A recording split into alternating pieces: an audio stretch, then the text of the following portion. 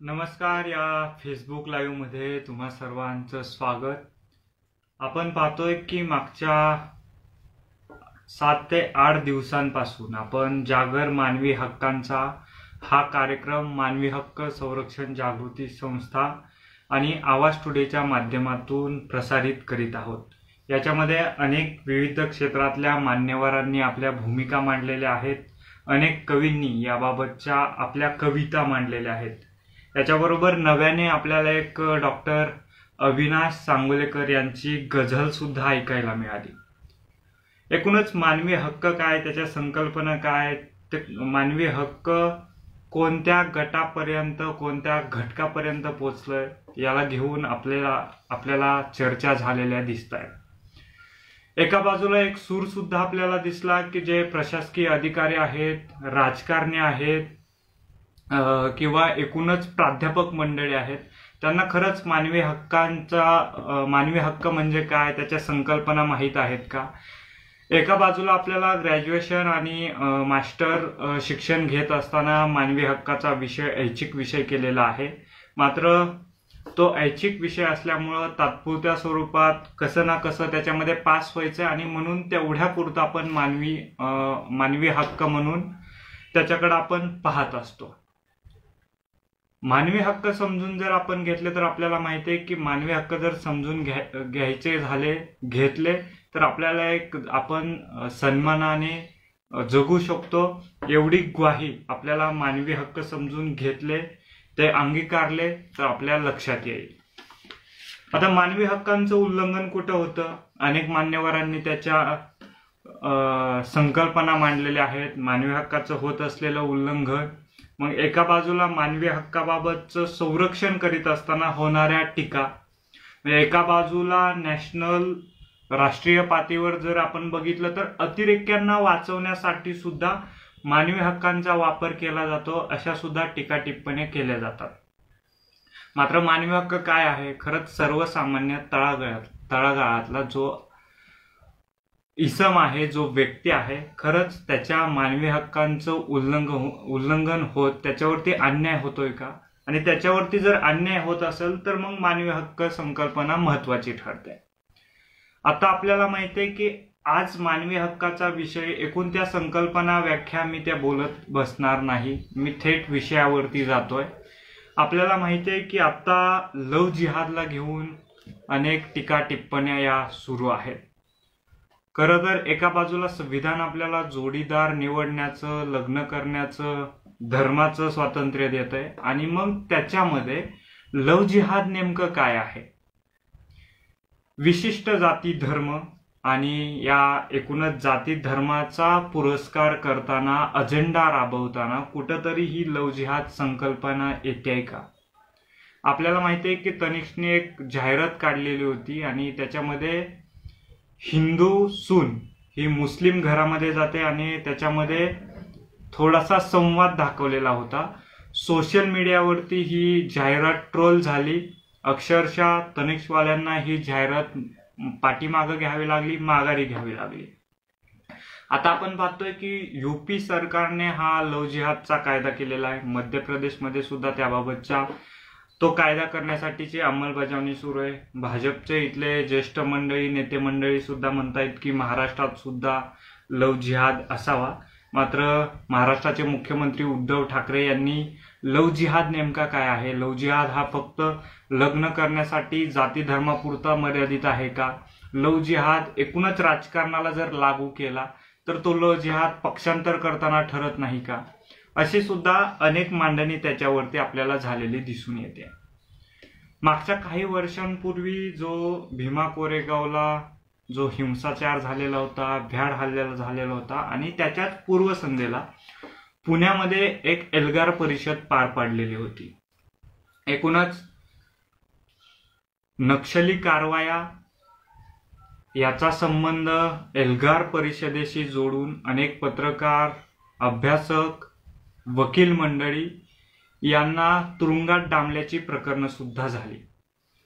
खरं तर एकूणच भीमा कोरेगाव भ्याड हल्ल्याचा आणि एकूणच ही नक्षल मुवमेंट जी जोडली जाते त्याचा एकूणच कनेक्शन किती आहे हा तपासाचा भाग आहे, मात्र कोणत्या आधारावर कोणत्या गोष्टींवरती त्यांना आज तुरुंगात डांबलेलं आहे, त्यांच्या खरं तर मानवी हक्कांचं उल्लंघन होतंय का, त्यांची एकूण वय जर आपण पाहिली 80च्या पुढचे काही त्यातले कार्यकर्ते आहेत जे एकूणच आदिवासी वंचित घटकांसाठी त्यांनी आपलं आयुष्य वाहिलेलं आहे.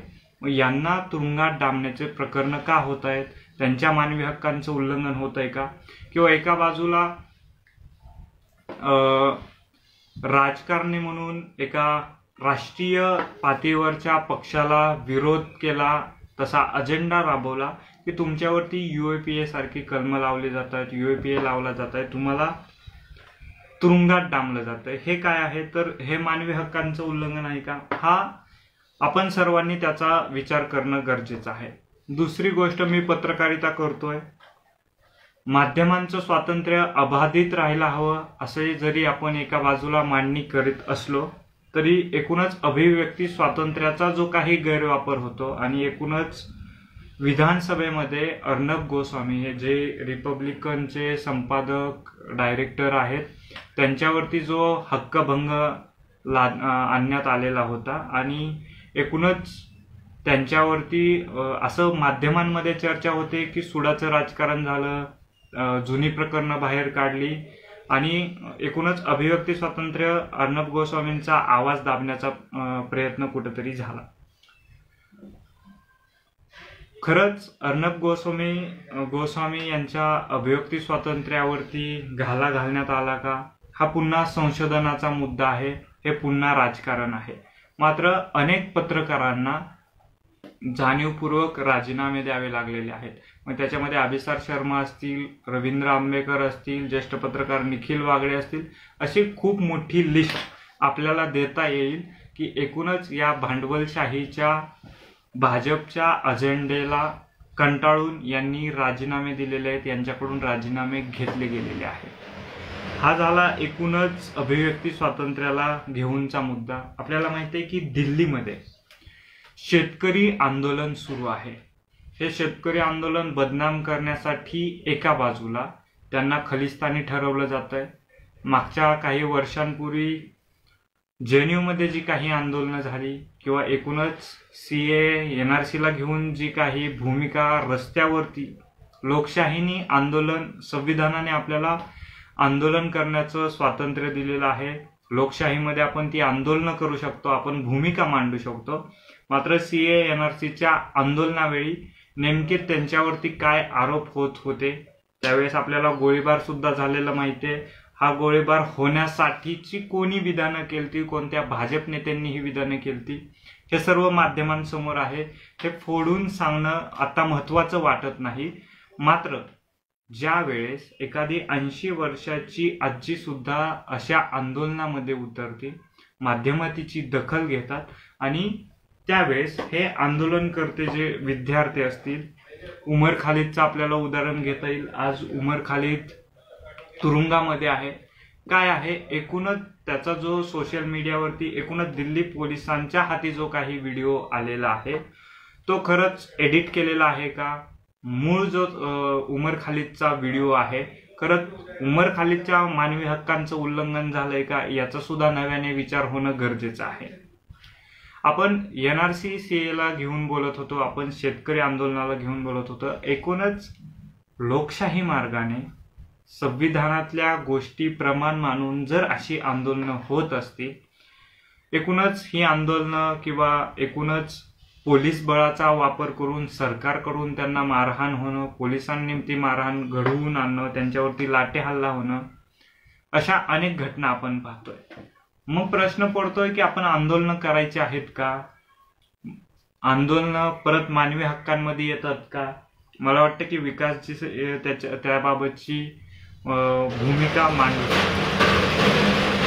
एकूणच कोरोनाचं संकट होतं, या कोरोनाच्या संकटामध्ये जे काही लॉकडाऊन झालं आणि या लॉकडाऊनमध्ये आपत्ती व्यवस्थापन कायदा जो लागू करण्यात आलेला होता, एकूणच हा कायदा लागू केल्यानंतर मानवी हक्कांचं उल्लंघन त्यावेळेस झालं का. अनेक जणांना आपल्याला माहिती आहे की नोकऱ्यांना मुकावं लागलंय. नोकऱ्या सोडाव्या लागल्यात, जगायचं कसं हा प्रश्न उपस्थित झालेला आहे. एका बाजूला चांगलं जीवन जगण्याचा आपला हक्क आहे अशी भूमिका आपण म्हणतोय, आम्हाला चांगलं शिक्षण मिळालं पाहिजे अशी आपण एका बाजूला भूमिका मांडतोय. याच लॉकडाऊनच्या काळामध्ये ऑनलाईन शिक्षण आलं. सरकारने सांगितलं की दूरदर्शनच्या माध्यमातून, सह्याद्रीच्या माध्यमातून आपण त्याच्यावरती कार्यक्रम करू आणि त्या प्रत्येक मुलापर्यंत पोहोचतील याची काळजी घेऊ. मात्र ते किती विद्यार्थ्यांपर्यंत पोहोचलं हा प्रश्न आहे. कारण ऑनलाईन एज्युकेशनमधून आपल्याला पुन्हा गरीब श्रीमंतीची एक दरी आपल्याला दिसून आलेली आहे. अनेक ग्रामीण भागातले अनेक आजही गावं असे आहेत की त्या गावांमध्ये लाईट नाही. तुम्ही मला दाखले विचारले, मी दाखले सुद्धा आपल्याला देऊ शकतो. अनेक गावांमध्ये आजही लाईट नाहीये. अनेक आदिवासी पाड्या आहेत, मोबाईल आणि लॅपटॉप त्यांच्यापर्यंत पोहोचलेले नाहीत. ऑनलाईन शिक्षण त्यांनी कसं घ्यायचंय. एकूणच सरकारचा, केंद्र सरकारचा, राज्य सरकारचा जो ऑनलाईन एज्युकेशनचा जो फंडा होता, एका बाजूला आपण म्हणतोय शिक्षण आमच्या हक्काचं, खरंच ते हक्काचं शिक्षण आपल्याला भेटतं का. दुसरा मुद्दा, ऑनलाईन एज्युकेशन एका बाजूला सोडून द्या, मात्र या कोरोनाच्या संकटामध्ये एकूणच शेतकरी, मजूर, मध्यमवर्गीय जो व्यक्ती आहे, जो नागरिक आहे, तो हवालदिल झालेला आहे. चलन, आर्थिक उलाढाल काही नाही, सर्वजण घरी आहेत. या शाळांची फी कशी भरायची हा महत्वाचा मुद्दा आहे. आणि मग ही शाळांची फी जर नाही भरली तर तुमचे ऑनलाईन शिक्षण बंद करण्यात आलेले आहेत. मुलांना आता परीक्षा तोडण्यावरती आलेले आहेत. 10वी-12वीचे मे मध्ये परीक्षा घेणार आहेत असं सरकारकडून, त्या मंत्र्यांकडून सांगितलं जात आहे. मात्र फी भरली नाही म्हणून जर त्यांचे पासवर्ड तुम्ही देत नाही त्या ऑनलाईन शिक्षणाचे, त्या विद्यार्थ्यांनी कसं शिकायचंय, परीक्षांना कसं सामोरे जायचंय हा महत्वाचा मुद्दा आहे. आता आज मानवी हक्क दिन आपण एका बाजूला जल्लोषात मोठ्या उत्साहाने साजरा करीत असलो तरी मागच्या काही दिवसांपूर्वी शिर्डी साई संस्थानने एक अजब फतवा काढलेला होता. भारतीय वेशभूषेमध्ये जे येतील त्यांना प्रवेश दिला जाईल असा त्यांनी एक तिथं नोटीस बोर्ड काढलेला होता. सोशल मीडियामध्ये त्याबाबतच्या अनेक चर्चा झाल्या. भूमाता ब्रिगेडच्या ज्या संस्थापिका आहेत, तृप्ती देसाई आज शिर्डीकडे रवाना सुद्धा झाल्या होत्या, मात्र त्यांना पोलिसांनी आज अटक केली. खरं तर हे मानवी हक्कांचं उल्लंघन नाही का हा प्रश्न मी फक्त उपस्थित करतोय. किंवा कोणी कोणते कपडे परिधान करायचे हे मानवी हक्कांचं उल्लंघन नाही का. साई संस्थान असं अजब फतवे कसे काढू शकतं हा प्रश्न आहे. कुणी काय घालावं, कसं घालावं, कुणी काय खावं, काय राहावं. माग आपल्या वाचनात आले असेल की पुणे विद्यापीठाचा एक अजब नवा फतवा होता की सुवर्ण पदक त्यालाच दिलं जाईल जो शाकाहारी असेल. त्याच्यावरती सुद्धा अनेक टीका टिप्पणी झालेल्या होत्या. मला असं म्हणायचं की हे नेमकं काय येतंय. आणि विकासजी, सकाळी आपण भूमिका मांडताना एक सांगितलं होतं, मला वाटतं की ॲडव्होकेट वाजिद खान बिडकर यांचा तुम्ही संदर्भ दिला होता की शरीराचा एक भाग जर आपण वापरणं जर कायमचं सोडून दिलं तर तो कायमचा निकामी होतो. तसंच मानवी हक्कांचं जर आपण ते आपल्या जगण्याशी, आपल्या व्यवहारात, वापरात जर न आणले तर मला असं वाटतं की कुठंतरी ते बाजूला पडतील. आणि तुम्ही सकाळी चांगली विकासजी मांडणी करत होतात की अशा काही शक्ती आहेत त्या कुठंतरी हे बाजूला पाडण्याचं काम सातत्याने करीत आहेत. त्यामुळं आपल्या सर्वांना एकत्र येऊन मानवी हक्काबाबतचा लढा देणं महत्वाचं आहे. मानवी हक्क आपण बघितलं, आपण काही या सप्ताहाच्या माध्यमातून काही सर्वे सुद्धा केलेले आहेत. खरंच मानवी हक्क ग्रामीण भागांपर्यंत पोहोचलेले आहेत का? किती सरपंचांना, किती ग्रामसेवकांना मानवी हक्कांबाबतची माहिती देता येईल?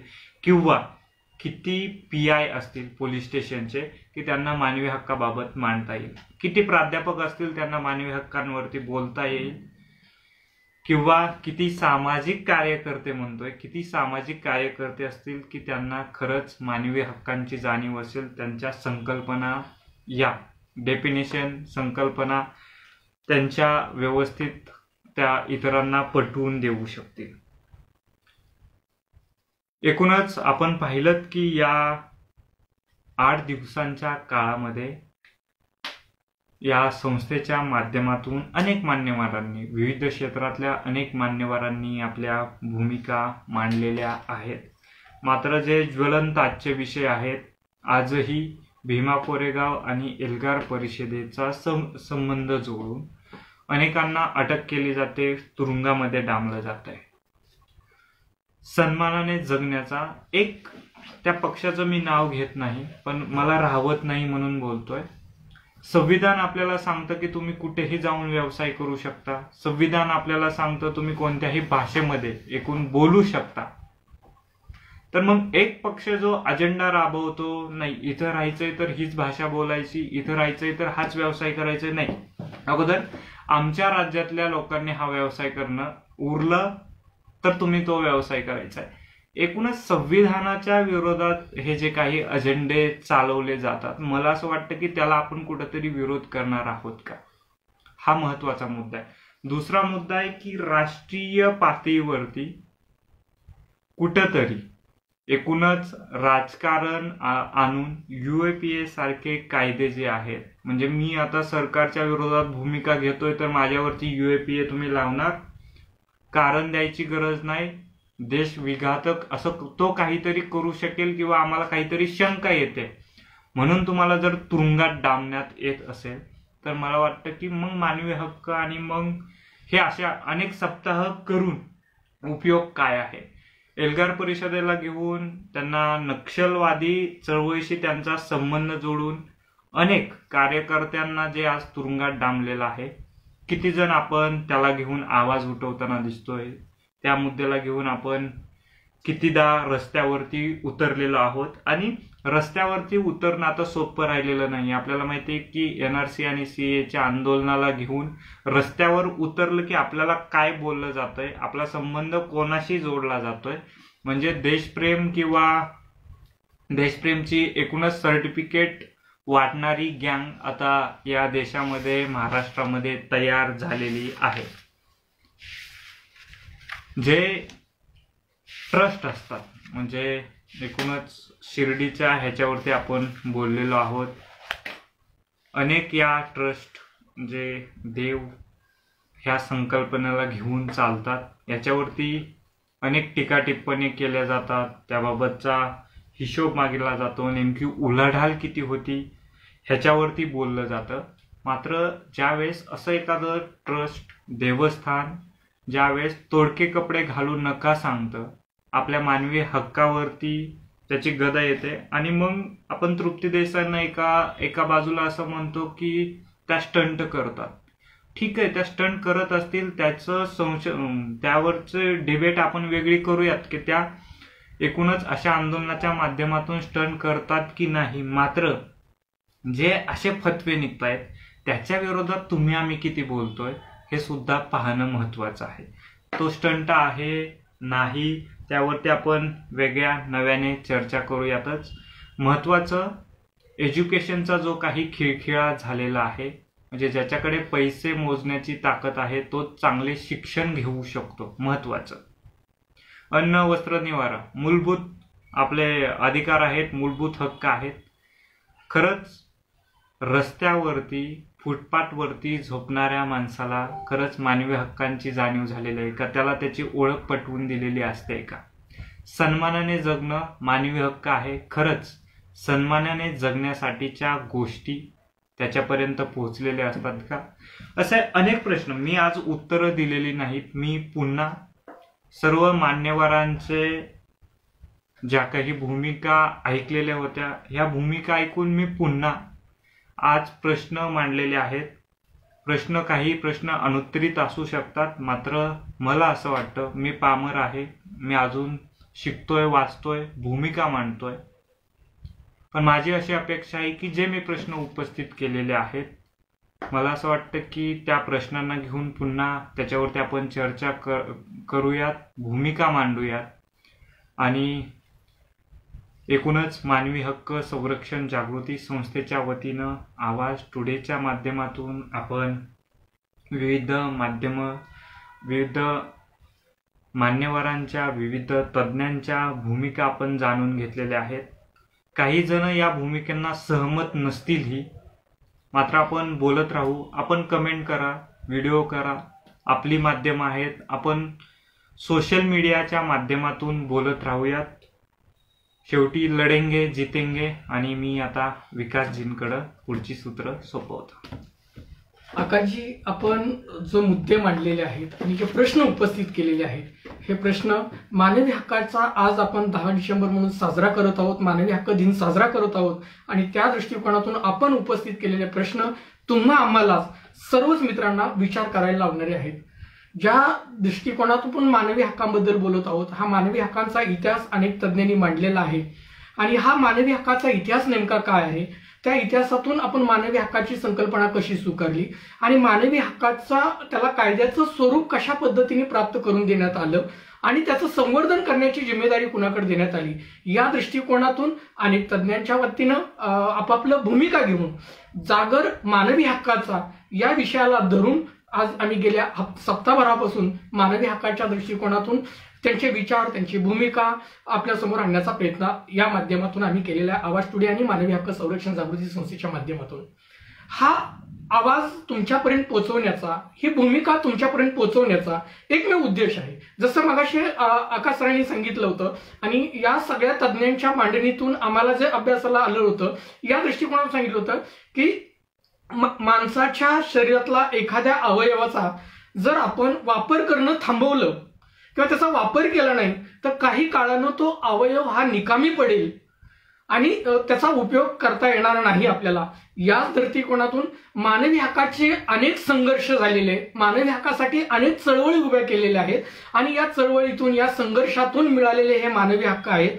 आणि या हक्कांचा जर समाज जागृत झाला नाही, त्या हक्काविषयी जर समाजाने भूमिका घेतल्या नाहीत, तर त्याचा वापर झाला नाही, तर मला असं वाटतं की मानवी हक्क हे निकामी होतील. आणि हळूहळू अशी शक्ती कार्यरत आहे की जे संविधानाने दिलेले मानवी हक्क आहेत, या मानवी हक्क वरती गदा आणण्यासाठी अनेक शक्ती कार्य करत असताना आपल्याला दिसतात किंवा त्या दृष्टिकोनातून भूमिका मांडताना आपल्याला दिसतात. म्हणून मानवी हक्काचा जागर करून आम्ही आपणापर्यंत अनेक तज्ज्ञांच्या, मग त्याच्यामध्ये पत्रकार आहेत, सामाजिक कार्यकर्ते आहेत, त्याचबरोबर ती मानवाधिकार कार्यकर्ते आहेत, विधितज्ञ आहेत, लेखक आहेत, साहित्यिक आहेत, या सर्वांच्या भूमिका, एवढंच नव्हे तर कलाकार, अभिनेते, त्याचबरोबर ती लेखक यांच्या भूमिका आम्ही तुमच्यापर्यंत घेऊन येण्याचा प्रयत्न या जागर मानवी हक्काचा सप्ताहाच्या माध्यमातून 10 डिसेंबर मानवी हक्क दिन साजरा करत असताना घेऊन आलो होतो. आणि या सर्व व्हिडिओ, यांच्या भूमिका ह्या सगळ्या तुम्हाला या आमच्या मानवी हक्क संरक्षण जागृती या पेजवरती आपल्याला पाहायला मिळतील. याच्यामध्ये आपल्याला ॲडव्होकेट असीम सरोदे यांनी मोलाचं मार्गदर्शन केलेला व्हिडिओ आपल्याला बघायला मिळेल. प्रतिमा परदेशी ज्या सत्यशोधक समाज या भूमिका कार्यकर्त्या आहेत आणि त्यांनी जी भूमिका त्यांनी मांडलेली आहे की मानवी हक्क हे आताची नाहीत, तर मानवी हक्काची सुरुवात किंवा स्त्रियांच्या मानवी हक्काच्या संदर्भाची भूमिका त्यांनी मांडलेली आहे त्याच्यामध्ये. आणि खऱ्या अर्थानं सावित्रीबाई फुले पासून मानवी हक्कांच्या दृष्टिकोनातून प्रयत्न झालेला आहे, या माध्यमातून त्यांनी भूमिका मांडलेली आहे, हेही आपण याच्यामध्ये पाहू शकता. याचबरोबर ती किशोर डमाले यांच्याही भूमिका आपण आमच्या या चॅनलच्या माध्यमातून किंवा या पेजच्या माध्यमातून तुम्ही पाहिलेले आहेत. अशा अनेक तज्ज्ञांबरोबर ती आकाश दोंडे, अनिल दीक्षित कवी, अविनाश सांगोलेकर, डॉक्टर अविनाश सांगोलेकर यांच्या भूमिका आहेत. अभिनेते झाडबुके यांच्या शुभेच्छा या ठिकाणी दिलेल्या आहेत. ॲडव्होकेट उमेश ठाकरे यांची मोलाचं मार्गदर्शन याच्यामध्ये दिलेलं आहे. याचबरोबर ती व्याख्याते जगदीश ओवाळ सर यांनी अतिशय चांगल्या पद्धतीने मांडणी मानवी हक्काच्या दृष्टिकोनातून आज आपल्याला केलेली आहे. उपमहापौर सरस्वती सेंडगे यांनी या मानवी हक्का दिनाच्या निमित्त शुभेच्छा दिलेल्या आहेत.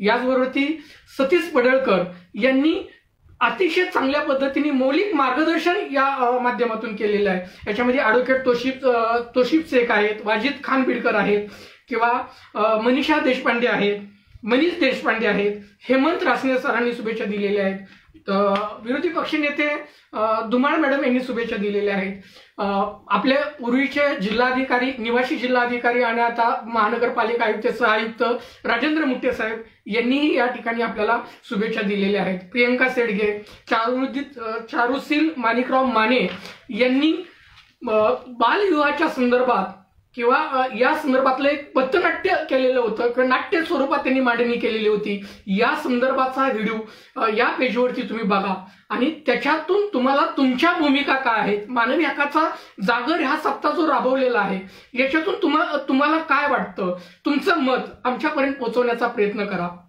मानवी हक्काच्या दृष्टिकोनातून आम्ही हा जागर मानवी हक्काचा सप्ताह राबवत आहोत आणि हा सप्ताह आणखी पुढे हा कंटिन्यू प्रवाह चालूच राहणार आहे.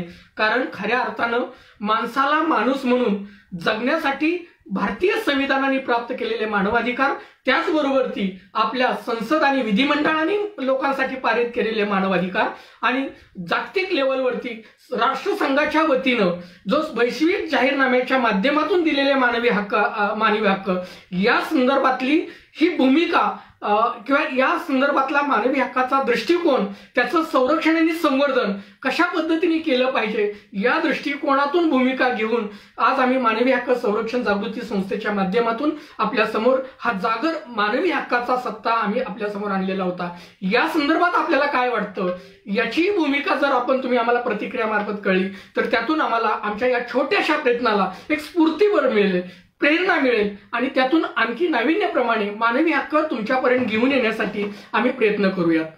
याच दृष्टिकोनातून जर आज आकाश सरांनी आताची भूमिका मांडलेली आहे की या आपत्ती व्यवस्थापन कायद्याच्या दृष्टिकोनातून जे आपल्यावरती कायदे लागू करण्यात आलेले होते या संदर्भात जो प्रश्न उपस्थित झालेले होते या कायद्याच्या दृष्टिकोनातून, मग त्याच्यामध्ये विस्थापित कामगारांचा प्रश्न असू द्या, विस्थापितांचा प्रश्न आहे, नोकरी गेल्याचा प्रश्न आहे, शिक्षणाचा प्रश्न आहे आणि नैसर्गिक आपत्ती जी आलेली होती आणि या आपत्तीतून शेतकऱ्यांची झालेल्या अतोनात नुकसान यावेळेस खऱ्या अर्थानं आपला पोसिंदा म्हणून, मायबाप सरकार म्हणून जो शेतकरी त्यांच्या डोळे लावून आपल्या सरकारकडे पाहत होता, या सरकारने फक्त मग केंद्र सरकार असू द्या किंवा राज्य सरकार असू द्या यांनी फक्त शेतकऱ्यांना एक आश्वासन देऊन त्यांना मदतीचं फक्त मोठे मोठे आकडे जाहीर करून मग केंद्र सरकारने 2 लाख कोटीची मदत केलेली असं दाखवलंय, राज्य सरकारने 10,000 कोटीची मदत केलेली दाखवलंय.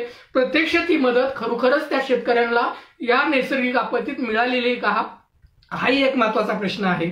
या सगळ्या दृष्टिकोनातून मानवी हक्काच्या बाबत आपण बोलत असताना अनेक चळवळी, अनेक संघटना, अनेक मंडळं किंवा अनेक सामाजिक कार्यकर्ते समाजाचं काहीतरी आपण देणं आहोत आणि आपण ते दिलं पाहिजे या भावनेतून आपली काम करत आहेत. या त्यांच्या छोट्याशा प्रयत्नाला त्यांना स्फूर्तीबळ देण्याच्या दृष्टिकोनातून मानवी हक्क संरक्षण जागृती एक आवाज टुडेच्या आवाज टुडे या आमच्या चॅनलच्या माध्यमातून एक व्यासपीठ उभा करून त्यांच्या भूमिका आम्ही तुमच्यापर्यंत पोहोचवण्याचं किंवा त्यांच्या भूमिका समाजापर्यंत पोहोचवण्याचं काम आम्ही याच्या माध्यमातून करणार आहोत. पुढे ही मानवी हक्काचा जागर हा जो आम्ही सप्ताह राबवलेला आहे, हा सप्ताह राबवत असताना आणि मानवी हक्क संरक्षण जागृती संस्था गेल्या अनेक वर्षापासून मानवी हक्काच्या दृष्टिकोनातून काम करत असताना आम्ही केलेल्या छोट्याशा कार्यक्रमाची किंवा छोट्याशा कामाची एक आपल्या समोर ही मांडणी करण्याचा, कारण हा मानवी हक्काचा दिवस आहे आणि त्या दृष्टिकोनातून आम्ही केलेली छोटी छोटी कामं,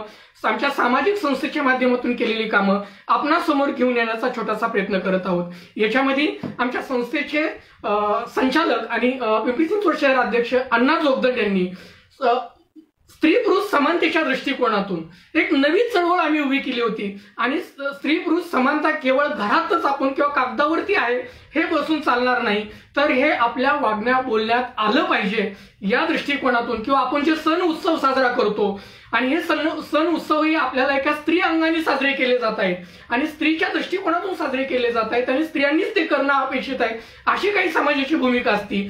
ती भूमिका मोडून काढून आम्ही वटपौर्णिमा पुरुषांनीही का साजरी करू नये म्हणून पिंपरी चिंचवड शहर अध्यक्ष अण्णा जोगदंड यांनी एक पायंडा गेल्या 5 वर्षापासून पाडला होता आणि याला अनेक माध्यमांनी ते चळवळ उभी केली, अनेक माध्यमांनी त्याला त्या भूमिकेला समर्थन दिलं, त्याच्या बातम्या केल्या आणि अनेक महाराष्ट्रामधून याला समर्थन मिळालं गेलं की या दृष्टिकोनातून आपण स्त्री आणि पुरुषांच्या समानतेच्या विषयी बोलू शकतो.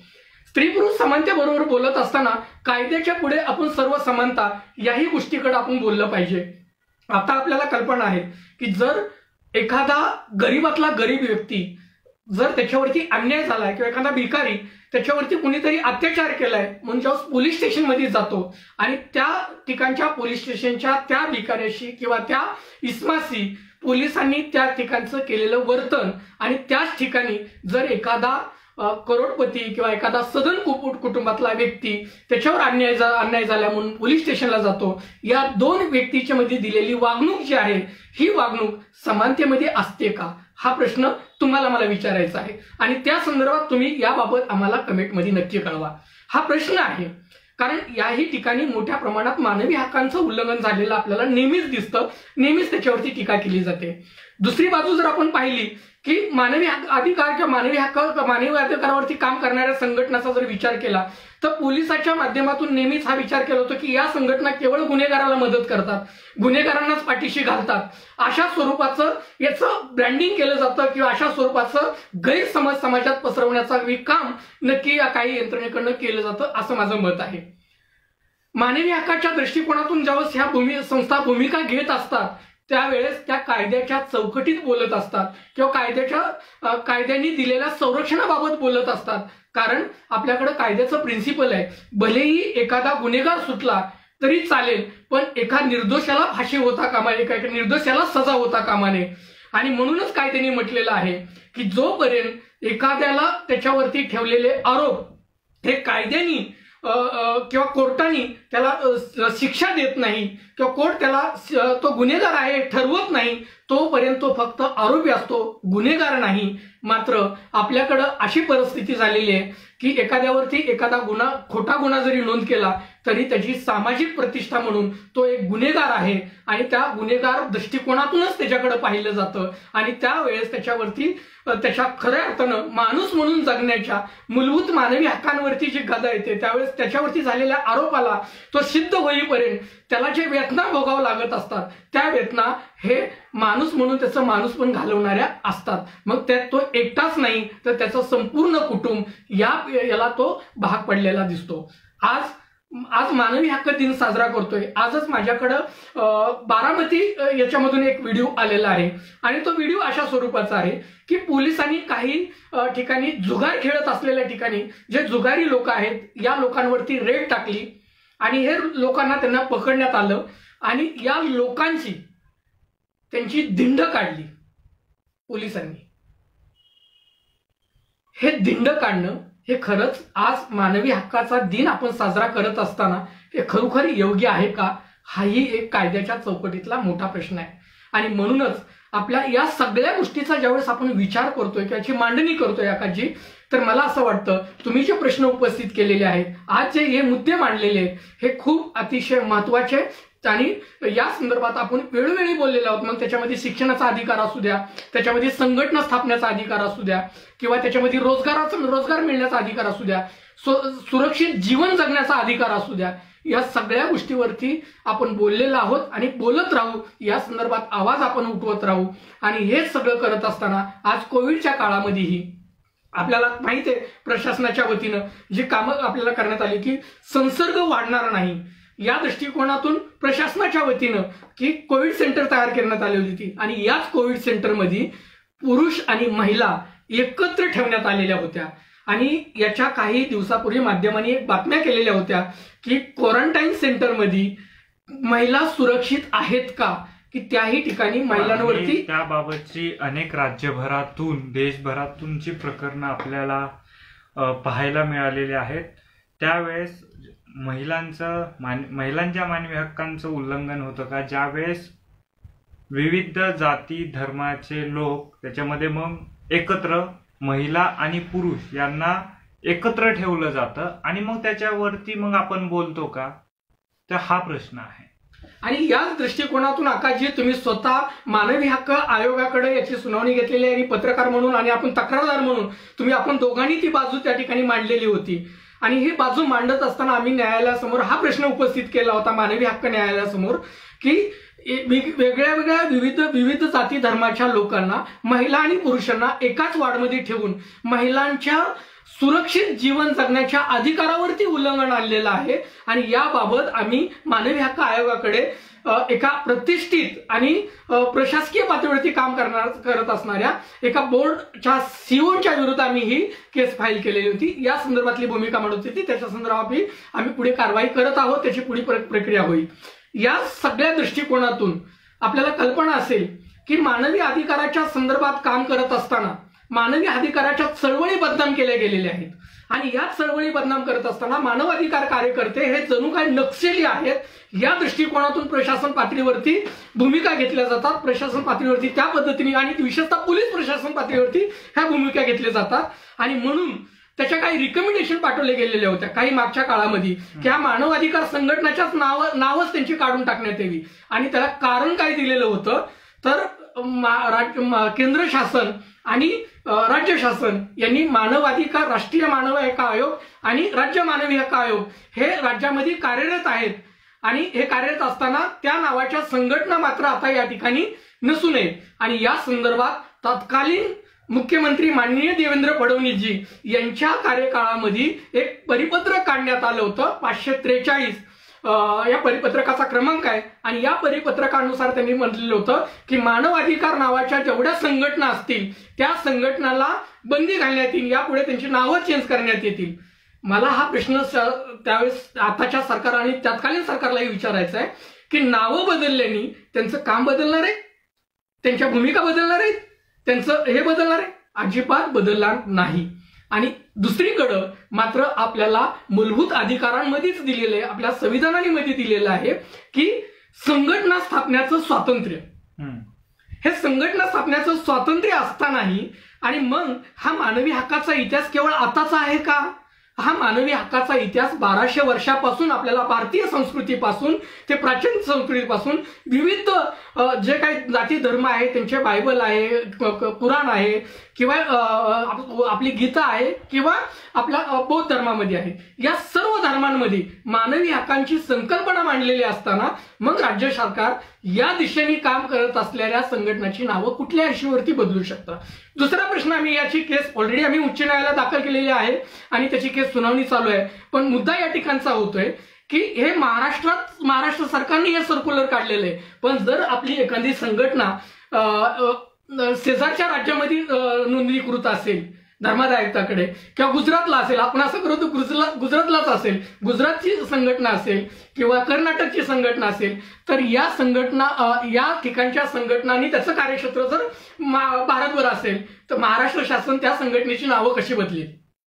याचाच अर्थ कायद्यापुढे सर्व समानतेचा उल्लंघन झालेलं आपल्याला या ठिकाणी दिसतं. मग जरी संघटना स्थापनेचा अधिकार असला तरीही काही कायदे अशा पद्धतीने केले जात आहेत की जे संविधानाच्या प्रिन्सिपलच्या विरोधात बनवून जाऊन किंवा विरोधात जाऊन काही कायदे अस्तित्वात आणले जात आहेत. जसं तुम्ही मगाशी उल्लेख केलात लव्ह जिहादचा आहे. एकीकडे विकासजी, मला या चर्चेला पुढे घेऊन जाताना तेच सांगायचं आहे की जे आपण महत्वाचे हे मुद्दे मांडलेले होते आजच्या या एकूणच जागर मानवी हक्क कार्यक्रमाच्या समारोपाकडे जाताना किंवा त्याचा एकूणच शेवट करताना मला असं वाटतं की या मुद्द्यांवरती आपण बोलणं महत्वाचं आहे.